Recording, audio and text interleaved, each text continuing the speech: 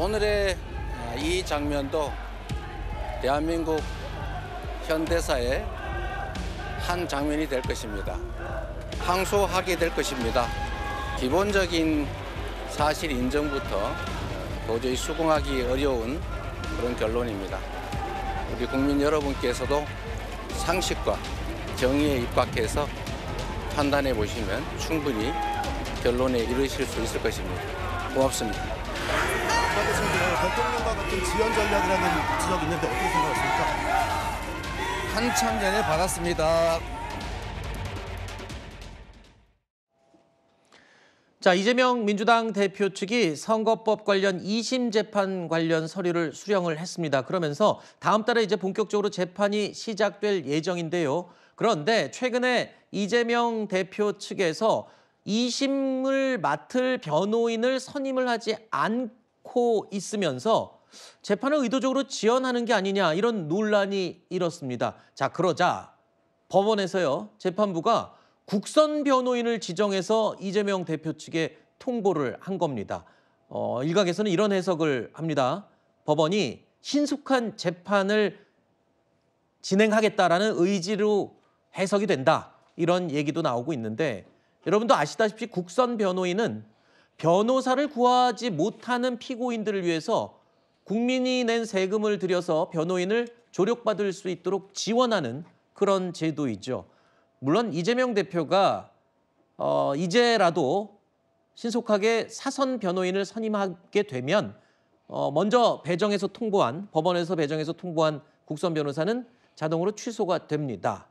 하지만 일각에서는 이런 해석을 합니다.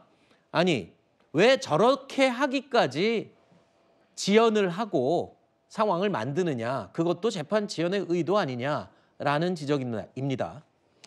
지켜보는 국민들 참 많이 답답하실 것 같습니다.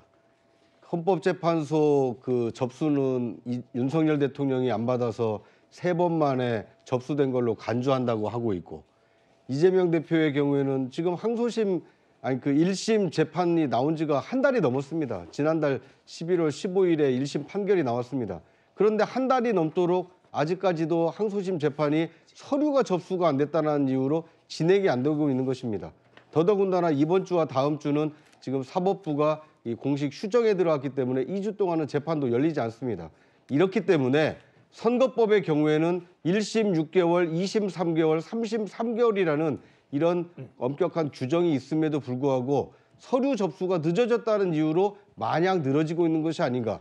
탄핵 심판, 대통령 탄핵 심판은 하루가 멀다 하고 서두르자고 하면서 이재명 대표와 관련된 재판은 한 달 넘게 저렇게 지연시키는 것이 과연 형평에 맞느냐. 네. 국민 눈높이에서 판단할 문제가 아닌가 하는 생각이 듭니다. 대통령이 지금 너무 지연하고 일부러 시간 끄는 게 아니냐고 야당이 비판을 하면서 그럼 야당 대표는 왜 저렇게 시간을 끄는 거냐 이렇게 문제 제기를 해주셨네요. 네, 첫 번째로 그런 지적하시려고 하면 대통령의 지연에 대해서도 같이 지적을 하신 분들이 지적한다면 제가 나름대로 제가 이해할게요.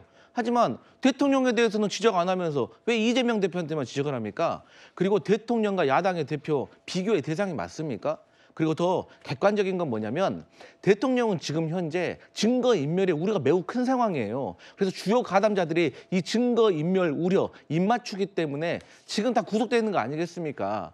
윤석열 대통령 한남동 관저에 있다는 거 대한민국에 모르는 사람이 있습니까? 네. 근데 여기서 자유롭게 전화할 수 있잖아요. 사람 만날 수 있잖아요. 방어권이 지금 보장되어 있잖아요. 네. 그러면서 또 생일 축하 꽃바구니는 또 받았다고 하잖아요. 네. 이게 어떻게 똑같다고 할 수 있습니까? 이재명 대표는 이미 1심 재판까지 끝나가지고 증거가 다 확정된 상황입니다. 그래서 증거인멸의 우려도 없고 또 어쨌든 간에 소송 기록 통지서 수령했지 않습니까? 네. 그러면 대통령은 이제 수령해야죠.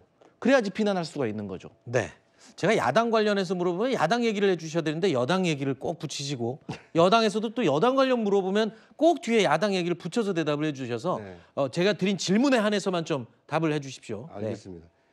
자, 인신 구속이 됐다라고 해서 유죄 추정이 되는 것이 아니듯이 강제 수사의 필요에 의해서 인신 구속을 하듯이 지금 대통령의 경우에는 입법부에서 탄핵안을 결의해서 대통령 직무가 지금 정지되어 있는 상태입니다.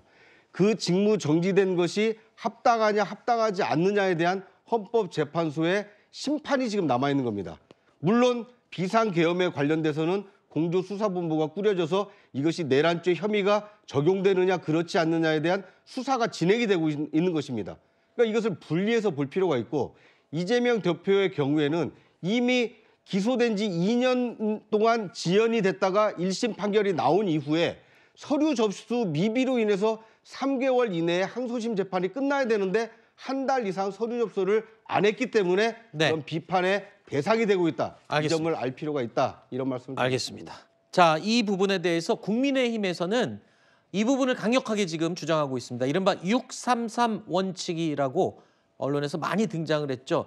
이재명 대표 선거법 2심 판결, 그러니까 1심이 6개월 안에 나왔으면 이제 나머지는 3개월, 2심 3개월, 대법원 3개월 이 안에 나와야 한다. 그 날짜를 따져보니까 이제 2월 15일입니다. 그래서 2심 판결이 반드시 2월 15일까지는 나와야 한다라는 게 국민의힘의 주장입니다.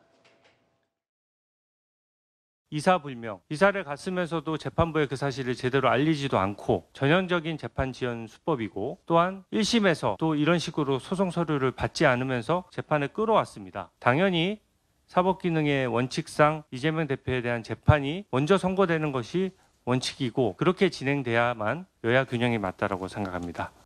이미 그 고의 지연으로 인해 까먹은 1개월을 제외하고 2월 15일까지는 무조건 끝내자. 이제 페널티를 적용해서라도 재판을 좀 촘촘히 잡아달라. 야당에서는 일단 재판을 지연했다, 뭐 이런 부분은 악의적인 프레임을 씌우는 거다라고 지금 반박을 하고 있습니다. 그런데 또 어떤 분들은 제가 이런 얘기를 하면 그래요. 정치공학적인 얘기하지 말라고 누군가가 지적을 했었는데 이거는 뭐 정치공학적이라기보단 대통령 탄핵 심판 그리고 이재명 대표의 2심 선고 이게 지금 시기가 애매하게 물려 있거든요.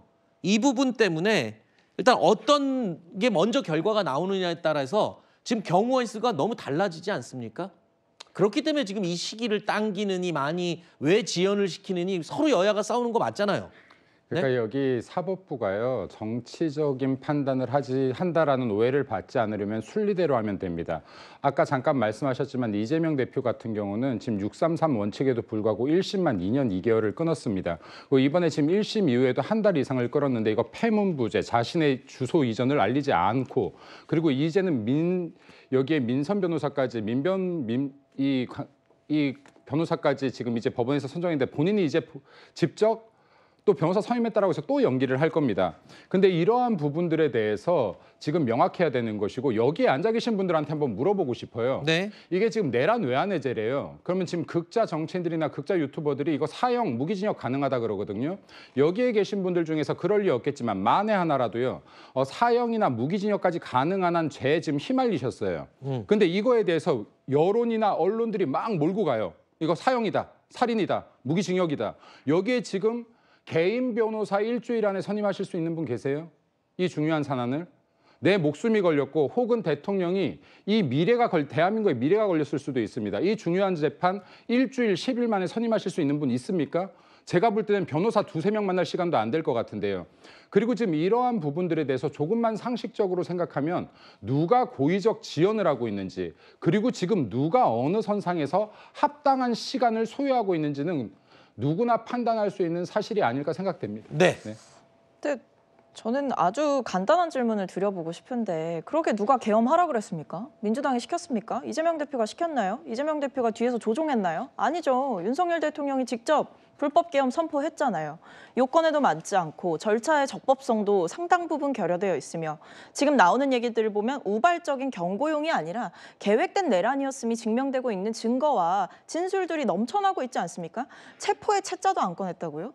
그러면 왜 국회의장 공간으로 계엄군이 몰려가고 국회엔 총등, 실탄까지 뭐 준비해 갔다라고 하는 그런 군인들이 들어옵니까? 창문을 깨고 왜 국회에 들어오냐고요. 그러니까 이 비상계엄 사태를 만들고 결국에 탄핵까지 자초한 것은 대통령 본인입니다. 근데 이제 와서 왜 이 중요한 사안을 헌재에서 왜 이렇게 서두르는지 모르겠다라고 이야기를 하는 대통령의 아나무인은 저는 너무나 과하다라고 생각하고 네. 자꾸만 이재명 대표의 그 재판 시기에 대해서 여당에서 압박을 하고 나서고 어떤 조속한 재판 진행이 필요하다라고 얘기를 하시는데 재판은 재판대로 진행이 될 겁니다. 이재명 대표가 지금까지 뭐 재판 안 받은 거 있습니까? 수사 안 받은 거 있습니까? 다 진행되어 왔잖아요. 그러니까 지켜보시면 될 일이지 시한을 못 박아서 헌재의 결론이 나오기 전에 이재명 대표 거가 빨리 나와야 된다라고 얘기하는 이 국민의힘의 당리당략에 국민들이 질려버리는 겁니다. 네. 여기 본질이 약간 흐려져서 짧게 말하겠습니다. 네. 지금 대통령이나 여당은 계엄을 부정하고 있는 게 아니에요. 계엄을 했다는 사실 자체를 부정하고 있는 것이 아니라 지금 민주당이 이를 내란 외환으로 끌고 가기 때문에 여기에 대한 준비 당연히 필요한 것이죠. 예를 네. 들어서 계엄 하나의 문제라고 한다 그러면 이것은 계엄이 정당했느냐 아니냐, 헌법적이냐 아니냐에 대한 부분을 따져야겠지만 네. 지금 민주당이 계엄 사태 이후에 내란 외환으로 몰고 가기 때문에 이에 대한 준비가 필요하다는 말씀드리겠습니다. 알겠습니다. 의원을 퇴보하려고 했던 시도가 있었잖아요. 알겠습니다. 자, 그런 결정이 빨리 이루어지려면 절차가 빨리 진행돼야 되겠죠. 그건 뭐 이재명 대표의 재판도 마찬가지입니다. 결론이 나려면 빨리 중간 절차가 진행이 돼야 되는 건 원칙이겠죠.